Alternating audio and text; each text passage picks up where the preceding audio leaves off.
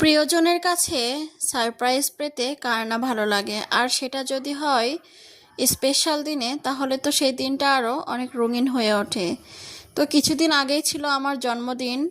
আমার বর হঠাৎ করে দেখি রাত্রেবেলা কেক এবং আইসক্রিম নিয়ে হাজির।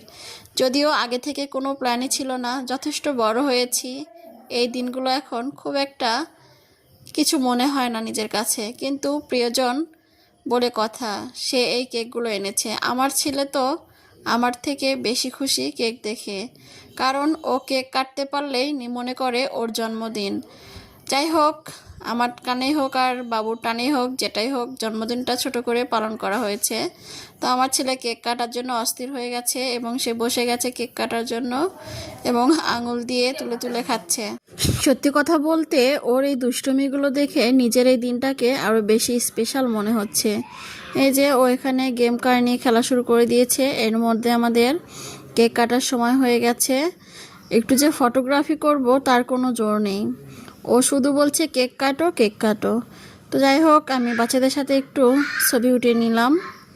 যদিও এই দিনগুলো একটা সময় স্মৃতি হয়ে থাকবে, তবে আমি আমার বাচ্চাটাকে সব কিছু দিতে চাই, সব অনুভূতি দিতে চাই। এখানে আমার কিছু ছোট ভাই এবং আমার একটা ফ্রেন্ড ছিল। তো এরপরে আমরা কেক কেটে সেগুলো সবার মধ্যে বন্টন করে দিলাম। আমি যদি জানতাম সে এরকম একটা আয়োজন করবে, তাহলে বাসায় কিছু রান্না করতাম। আসলে ওইভাবে কিছু আয়োজনও করিনি, তাই শুধুমাত্র ছোট ভাইদেরকে কেক, বিস্কিট এবং আইসক্রিম খাইয়েছিলাম। এরপর আমরা সবাই মিলে দিনটি উদযাপন করলাম।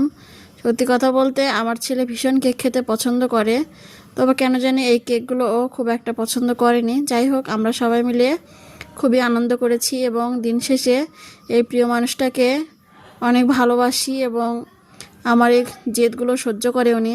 এখানে উনি বলছিল যে 1000 বছর বেঁচে থাকো এবং আমার জীবনটা এভাবে জ্বালিয়ে পুড়িয়ে শেষ করো। যাই হোক, আমার এই ভিডিওটি কেমন লাগলো জানাবেন। ধন্যবাদ সবাইকে।